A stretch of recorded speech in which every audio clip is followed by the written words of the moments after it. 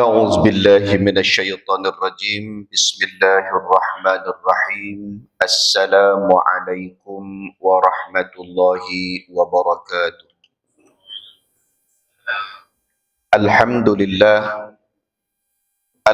لله نحمده ونستعينه ونستغفره ونستهديه ونستغفره ونصلي ونسلم على المصطفى محمد صلى الله عليه وسلم وعلى آله وأصحابه ومن دعا بدعوته وسنى بسنته إلى يوم لا ريب فيه رب اشرح لي صدري ويسر لي أمري واحلل عقدة من لساني يفقه قولي أما بعد. Sidang hadirin muslimin muslimat tetamu Allah, syukur kehadrat Allah Subhanahu wa taala di atas kesempatan yang Allah Subhanahu wa taala kurniakan kepada kita.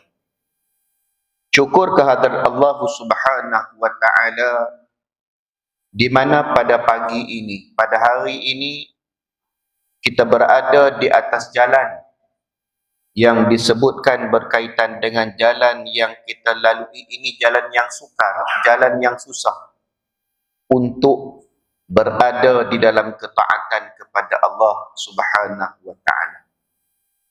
Apa yang saya nak sebutkan berkaitan dengan tajuk kita ataupun tazkirah ataupun kuliah kita pada pagi ini berkaitan dengan keletihan kita di dunia. Keletihan kita di dunia dan memberikan keselesaan kepada kita di akhirat. Sidang hadirin muslimin muslimat yang dikasihi Allah sekalian, kita berada di atas garis masa.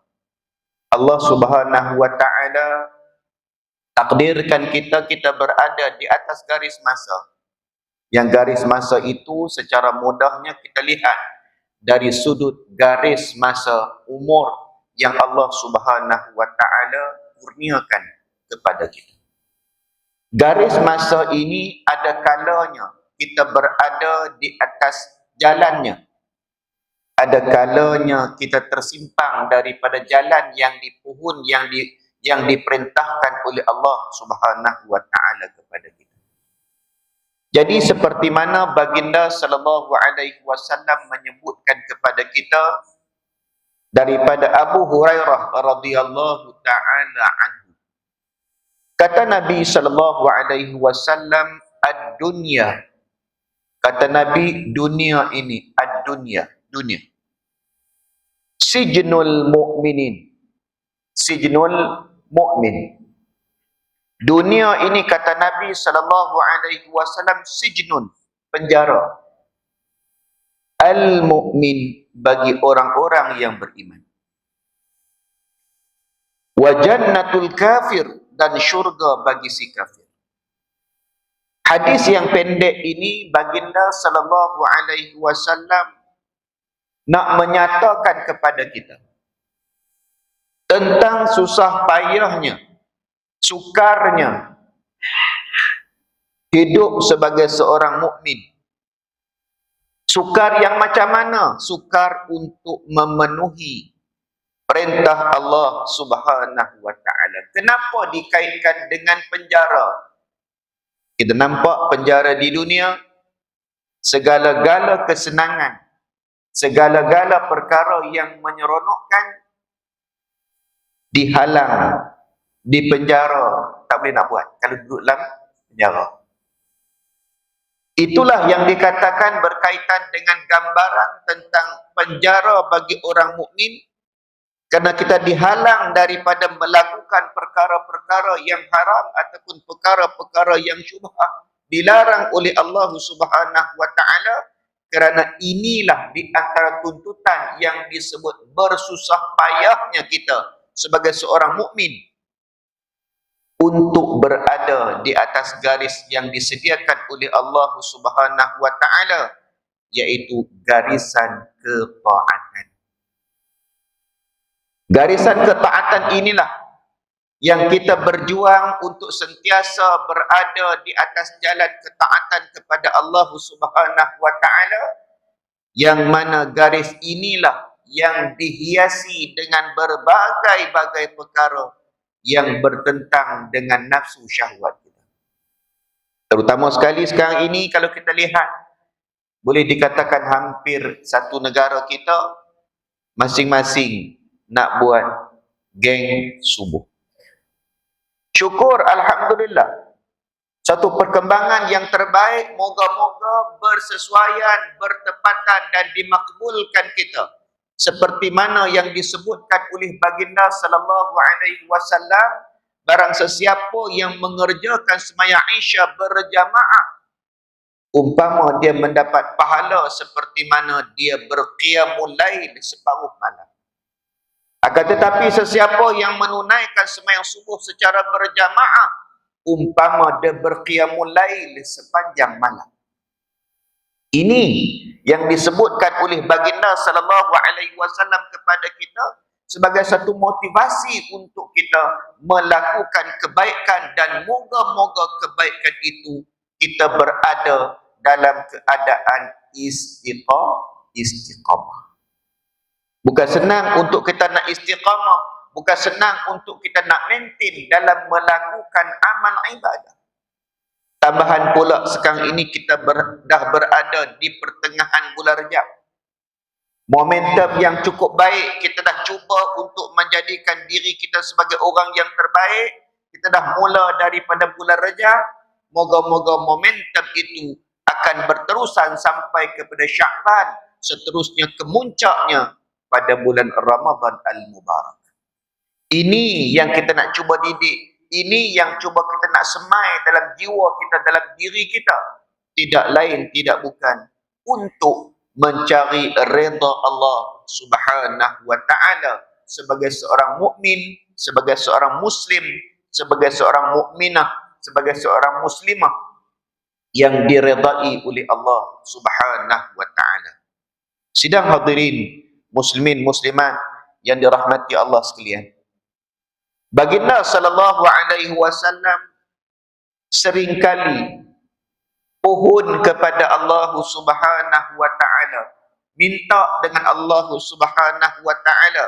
Antaranya salah satu daripada doa yang cukup masyhur yang juga diriwayatkan oleh Abu Hurairah radhiyallahu taala anhu, berkaitan dengan kehidupan manusia di atas muka bumi ini.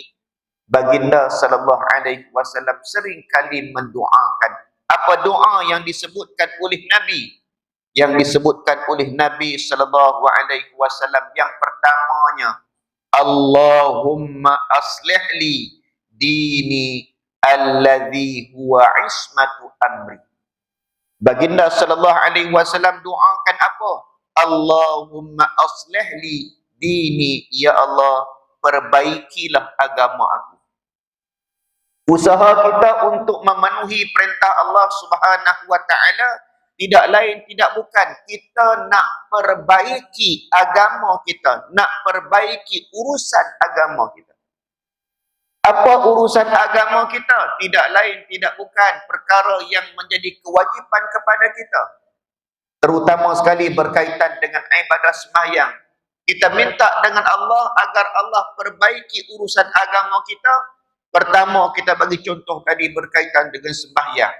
Maknanya kita minta dengan Allah agar Allah perbaiki agama yang ada dalam diri kita dengan kita melakukan berkaitan dengan ibadah sembahyang kita sebagai contoh. Moga-moga Allah perbaiki ibadah sembahyang kita yang mana dihiasi antaranya dengan ibadah-ibadah yang dilakukan dengan cara berjamaah. Yang sebelum ini mungkin tak cukup 5, mungkin tak cukup 5, sedikit naik, sedikit. Ngepohon dengan Allah agar Allah perbaiki agama yang ada dalam diri kita, kerana ianya adalah sebagai benteng dalam urusan kita sebagai seorang mukmin. Tidak lain tidak bukan tanda sebagai seorang mukmin taat kepada Allah Subhanahu wa taala. Itu sebagai petanda bahwasanya kita yakin kita nak beriman kepada Allah, kita nak akui kita sebagai hamba kepada Allah Subhanahu wa taala, maka tidak lain tidak bukan bersabar dan berpenatlah kita dalam menjaga ketaatan kita kepada Allah Subhanahu wa taala. Kenapa kita sebutkan berkaitan dengan penat? Kerana ianya sudah pasti memerlukan kekuatan badaniah kita. Kita nak bangun di awal pagi. Sekarang ini kita lihat subuh dah semakin lewat, dah pukul 6.12, 6.13 subuh. Kalau saudara-saudara kita di sebelah utara, bukan semakin awal, semakin lewat, 6.20, 6.23 subuh. Imam bagi salam, Assalamualaikum, Assalamualaikum, dah cerah dah. Maknanya ambil peluang, mungkin sebelum ini sukar untuk nak bangun lebih awal, subuh dah semakin lewat sedikit, maknanya ambil peluang. Moga-moga momentum ini boleh bawa kita kepada kemuncak kita sebutkan tadi, berkaitan dengan di bulan Ramadan Al-Mubarak. Yang pertama Nabi SAW doakan, Allahumma aslih li dini alladhi huwa ismatu amri. Ya Allah, perbaikilah agamaku sebagai benteng urusan. Maknanya kita nak jaga agama Islam dalam diri kita. Nak jaga Islam dalam diri kita dengan kita melakukan ketaatan kepada Allah Subhanahu wa taala. Yang pertama, kita minta kepada Allah perbaiki agama kita. Itu kita bagi contoh berkaitan dengan sembahyang. Rujuk juga berkaitan dengan ibadah-ibadah fardu yang lain.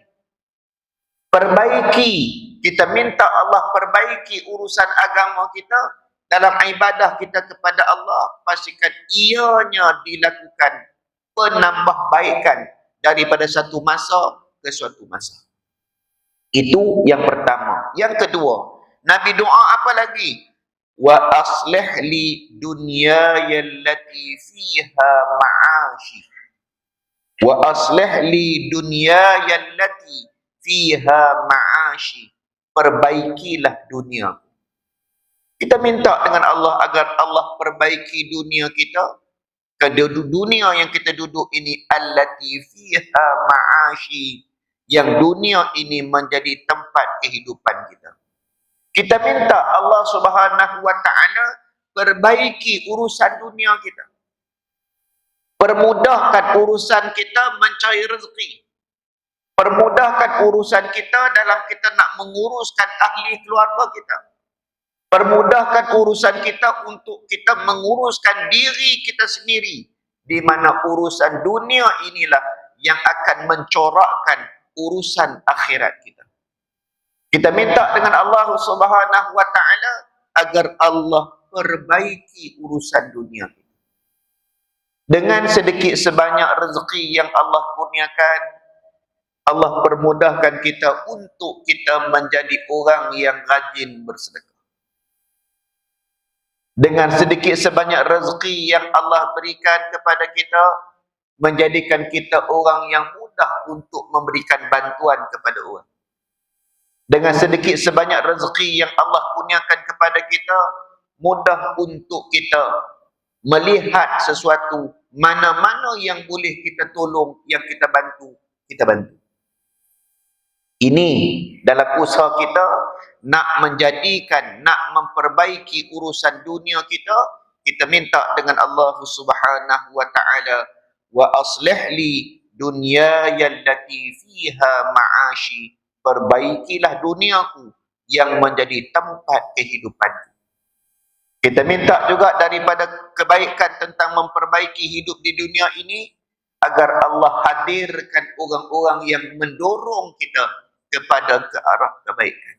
Mendorong kita untuk mudah melakukan kebaikan. Mendorong kita untuk sama ingat mengingat di antara satu sama lain tentang apa yang diperintahkan oleh Allah, yakni berkaitan dengan kefarduan-kefarduan tersebut. Kemudian disebutkan lagi dalam doa berkenaan, wa aslih li akhirati allati fiha ma'adi. Disebutkan dalam doa berkenaan wa aslih li akhirati, perbaikilah akhiratku. Di mana akhirat aku itu allati fiha ma'adi, yang akan menjadi tempat kembali. Kita minta dengan Allah, baginda minta dengan Allah Subhanahu wa taala agar apa? Perbaiki urusan akhirat kita. Perbaiki urusan akhirat kita, kerana akhirat itulah tempat kita akan dikembalikan.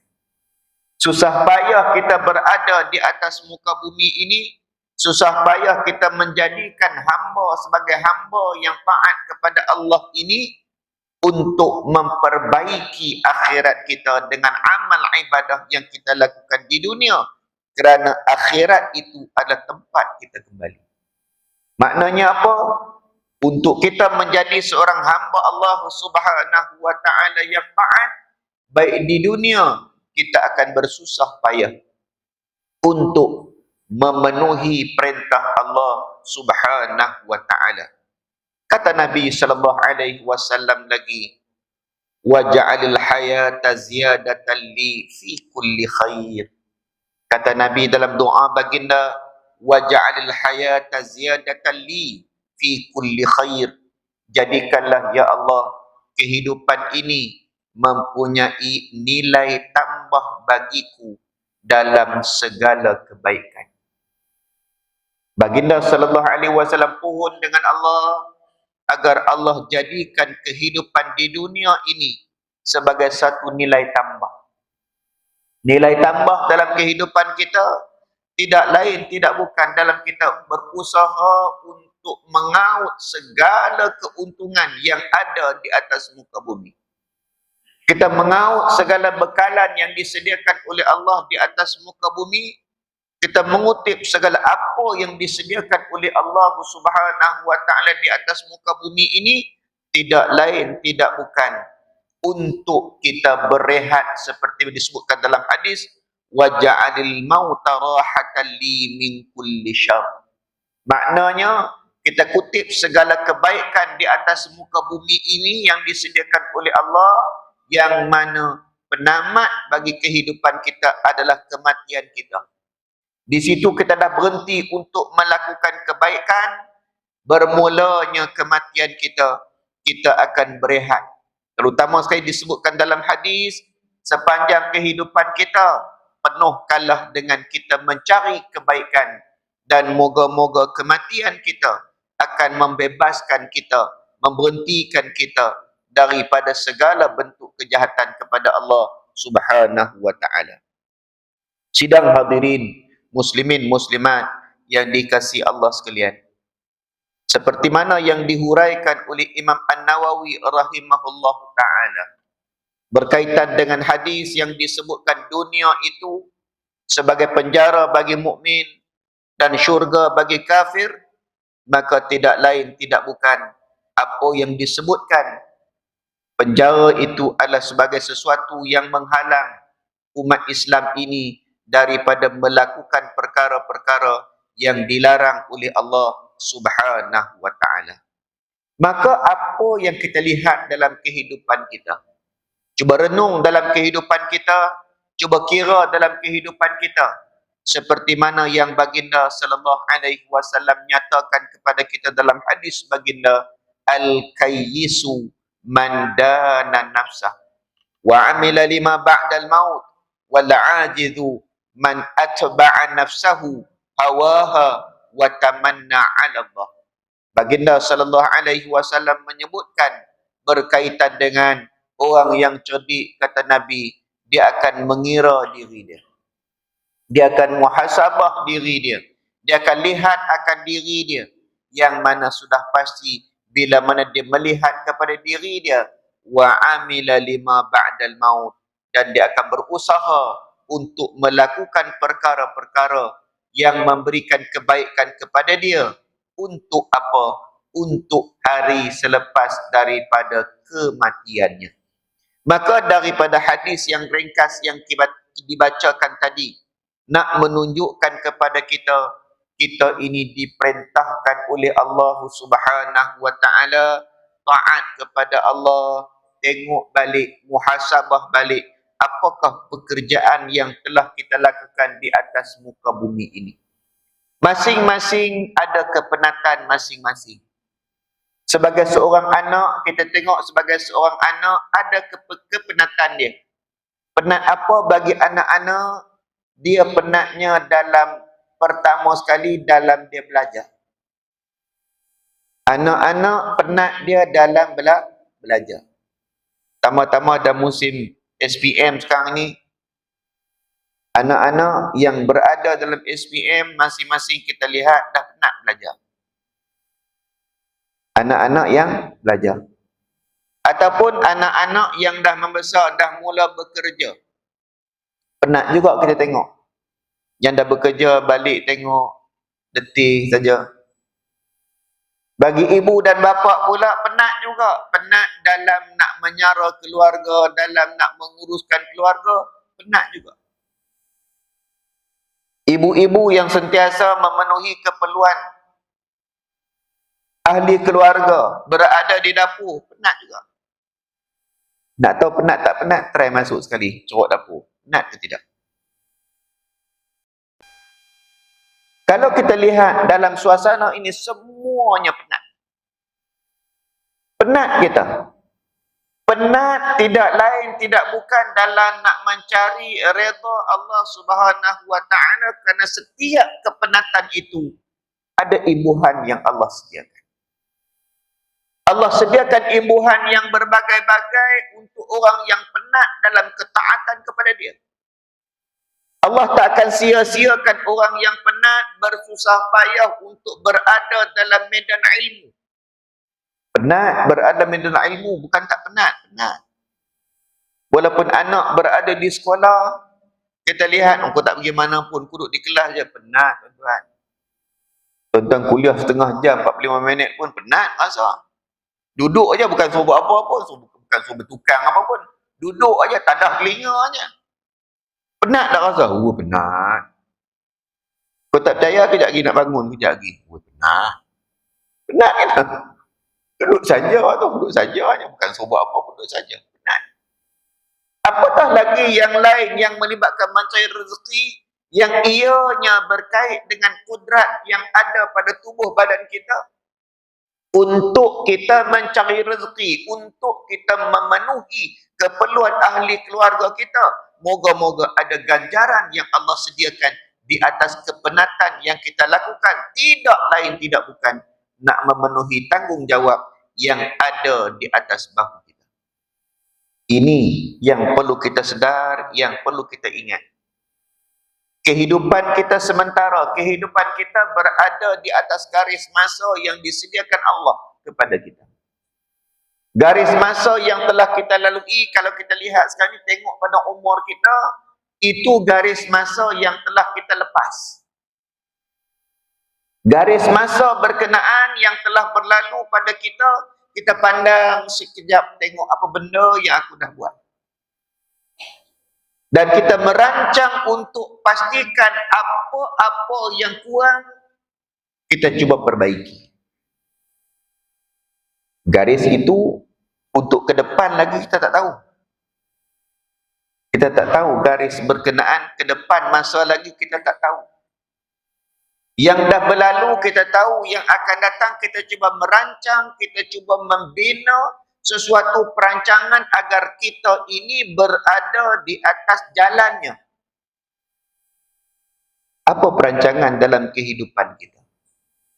Pastikan perancangan dalam kehidupan kita ada berkaitan dengan perancangan untuk urusan akhirat kita di samping urusan dunia kita. Sebab garis masa yang disediakan oleh Allah Subhanahu wa ta'ala kepada kita adalah garis masa yang berada dalam pengetahuan Allah Subhanahu wa ta'ala. Kita tidak ada padanya berkaitan dengan pengetahuan apa yang akan berlaku dalam tempoh masa yang akan datang. Jadi kita sebagai seorang Muslim, sebagai seorang mukmin, dengan masa yang ada pada kita, tidak lain, tidak bukan, kita kena penuhi dengan perkara yang nak membawa kita senang kita di akhirat kelak.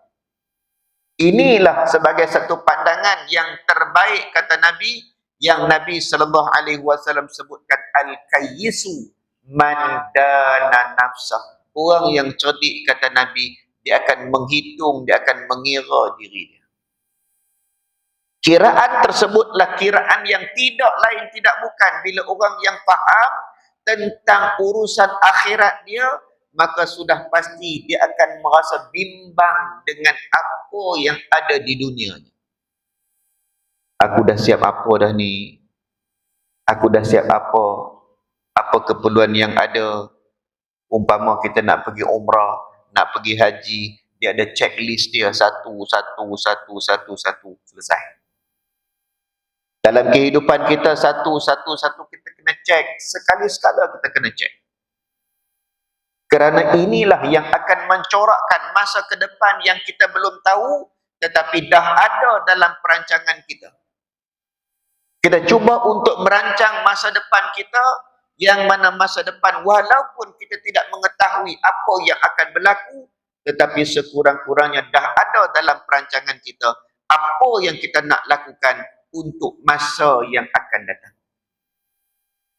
Allah Subhanahu wa taala sebutkan berkaitan dengan apa yang kita nak lakukan di atas muka bumi ini.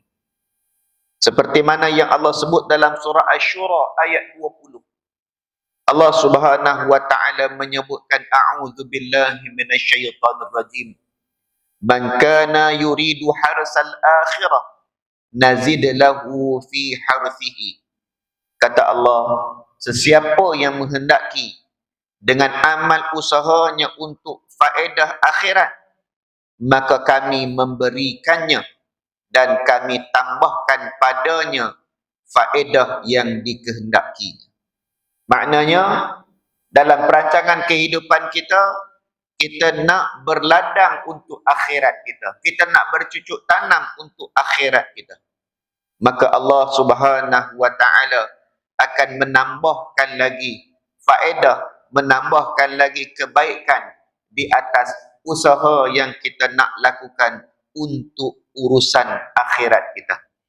Begitu juga dengan kata Allah Subhanahu wa taala, man kana yuridu harsal dunya nu'tihi minha wa ma lahu fil akhirati min nasib. Kata Allah, dan sesiapa yang menghendaki dengan amal usaha pekerjaan yang dia lakukan untuk kebaikan di dunia semata-mata, maka kami akan beri kepadanya kebaikan kehidupan di dunia sekadar yang kami tentukan, dan dia tidak akan beroleh sesuatu bahagian pun di akhirat kelak.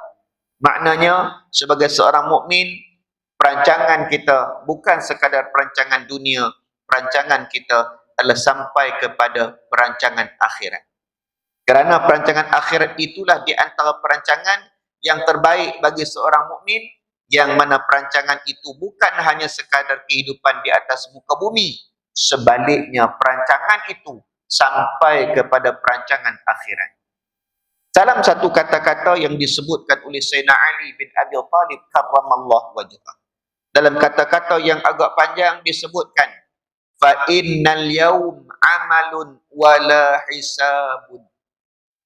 Kata Sayyidina Ali, maka sesungguhnya hari ini amalun, hari ini kita duduk di atas muka bumi, kita beramal, kita melakukan sesuatu pekerjaan, wala hisabun, dan tidak ada perhitungan. Kita duduk atas muka bumi ini, apa yang kita buat tidak ada perhitungan.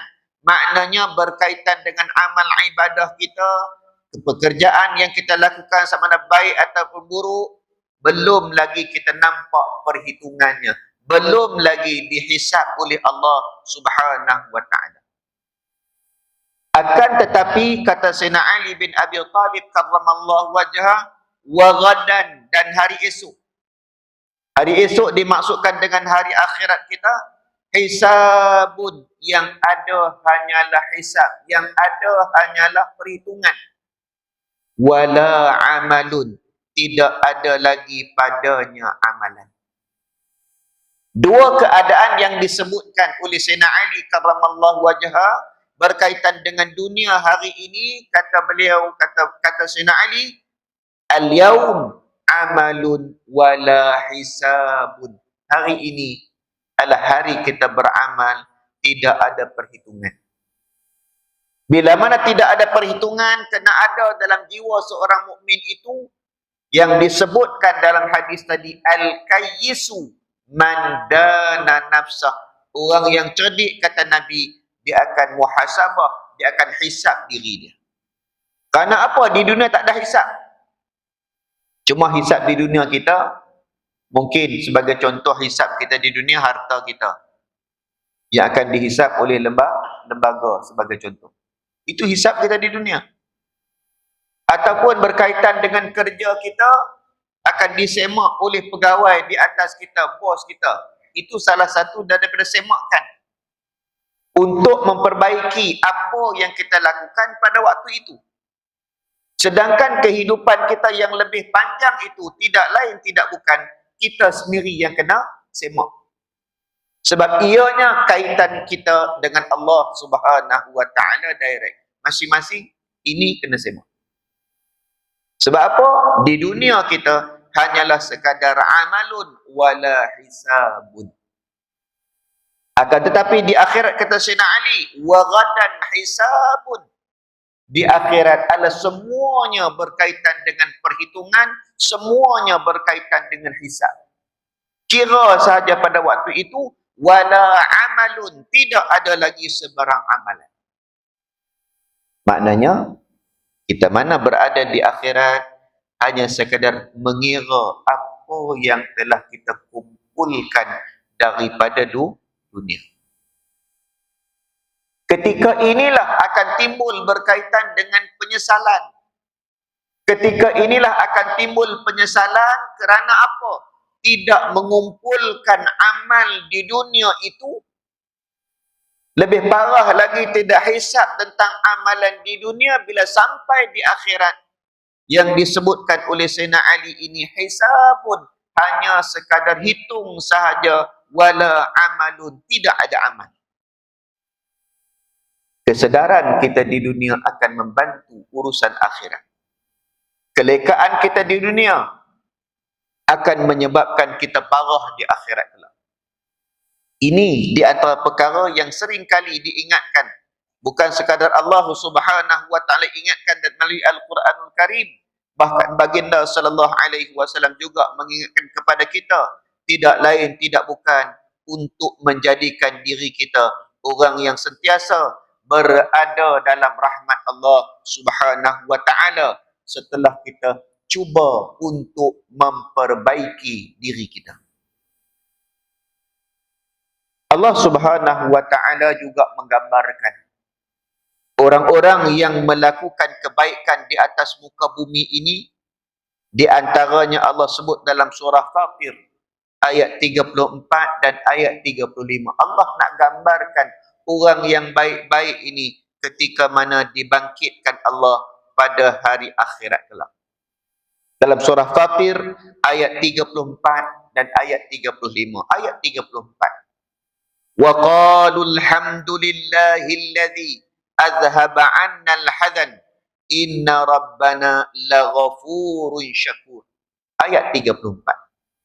Yang bermaksud wa qalu, dan berkatalah mereka, alhamdulillahilladzi azhaba 'anna al-hazan, yang mana Allah telah menghapuskan perasaan duka cita daripada kami. Inna rabbana laghafurun syakur, sesungguhnya Tuhan kami maha pengampun, lagi sentiasa memberi balasan yang sebaik-baiknya bagi orang yang taat. Alladzi ahallana daral muqamati min fadlih la yamassuna fiha nasabun wa la yamassuna fiha lughub. Tuhan yang telah menempatkan kami di tempat tinggal yang kekal dengan limpah kurnianya semata-mata. Kami tidak merasa penat lelah di sini, dan kami juga di situ tidak akan merasa letih lesu. Ini nak menggambarkan berkaitan dengan bagaimana Allah Subhanahu wa taala memberikan ganjaran kepada orang-orang yang taat kepada Allah Subhanahu wa taala bila mana dibangkitkan daripada kubur kelak, ucapannya adalah alhamdulillah kerana apa yang telah Allah lakukan kepada mereka. Allah hapuskan duka cita, Allah hapuskan kepenatan di dunia. Sebaliknya Allah Subhanahu wa taala memberikan kepada mereka yang disebutkan berkaitan dengan tempat tinggal, berkaitan dengan perasaan lelah, penat dan sebagainya, telah Allah Subhanahu wa taala hilangkan daripada orang-orang yang taat di atas perintah Allah dan perintah Rasul sallallahu alaihi wasallam. Sebagai akhir untuk sama-sama kita berkongsi pada pagi ini, tidak lain tidak bukan, sebagai seorang Muslim, sebagai seorang mukmin yang baik di sisi Allah, syukur Allah kurniakan kepada kita gerakan hati yang baik, kelembutan hati untuk kita taat kepada Allah Subhanahu wa taala.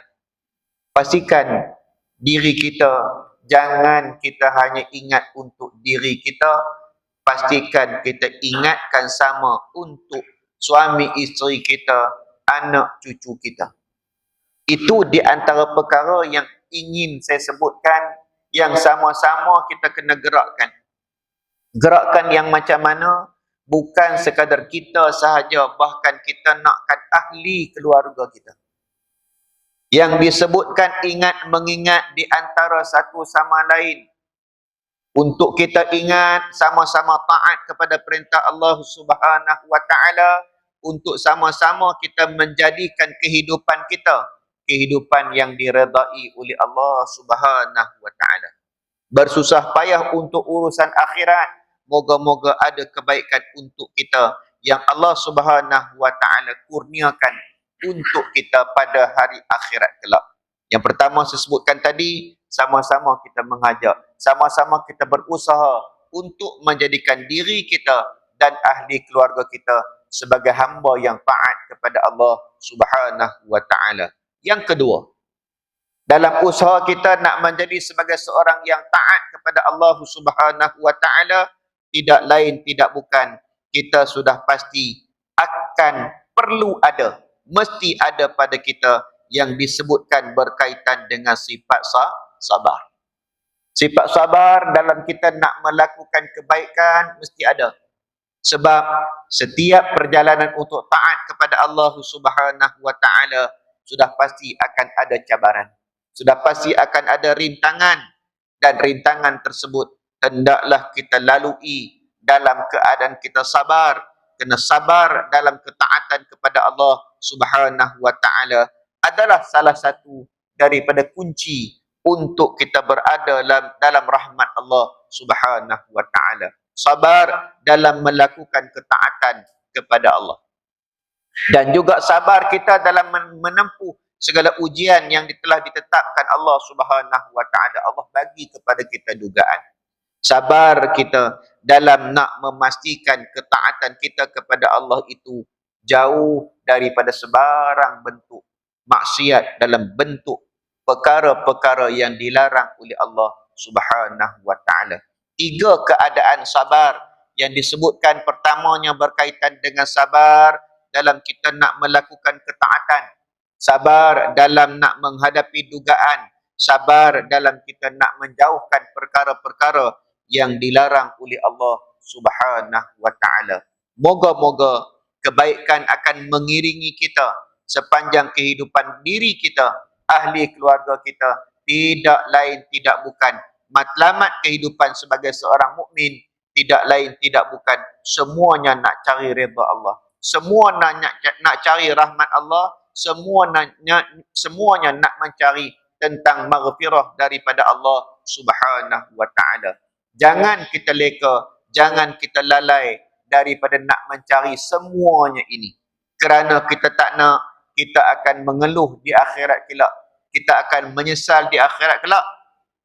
Kerana kelalaian kita tidak akan memberikan keuntungan kepada kita pada hari akhirat kelak. Moga-moga apa yang saya sampaikan pada pagi ini sedikit sebanyak memberikan ingatan kepada saya, ingatan kepada semua. Moga-moga ada kebaikan ada keberkatan untuk kita bersama pada pagi ini. Moga-moga pagi ini kita mulakan dengan sesuatu yang baik. Moga-moga Allah akhiri kita dalam kehidupan kita hari ini dengan kehidupan yang baik. Moga-moga hari ini lebih baik daripada hari semalam. Moga-moga apa yang kita pohon, apa yang kita minta, apa yang kita hajatkan, Allah Subhanahu wa taala akan perkenankan. Allah akan berikan kepada kita keizinan untuk ianya terjadi dan berlaku kepada diri kita dan juga ahli keluarga kita. Sekadar itu saja untuk pagi ini. Aqulu qawli hadha wa astaghfirullahal azim li wa lakum. Wassalamu alaikum warahmatullahi wabarakatuh. Bismillahirrahmanirrahim. Alhamdulillahi rabbil alamin. Wassalatu wassalamu ala rasulillah wa ala alihi wa sahbihi ajma'in. Allahumma allimna bima yanfa'una wanfa'na bima 'allamtana warzuqna innaka antas sami'ul alim. Rabbana 'alaika tawakkalna wa ilaika anabna wa ilaikal masir. Rabbana atina fid dunya hasanah wa fil akhirati hasanah wa qina 'adzaban nar wa qina 'adzaban nar wa qina 'adzaban nar. Walhamdulillahi rabbil alamin. Taqabbalallahu minkum minna wa minkum taqabbal ya karim.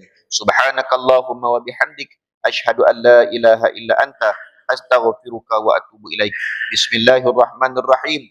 Wal 'asri innal insana lafi khusr illa alladhina amanu wa 'amilus shalihat wa tawasaw bil haqq wa tawasaw bis sabr.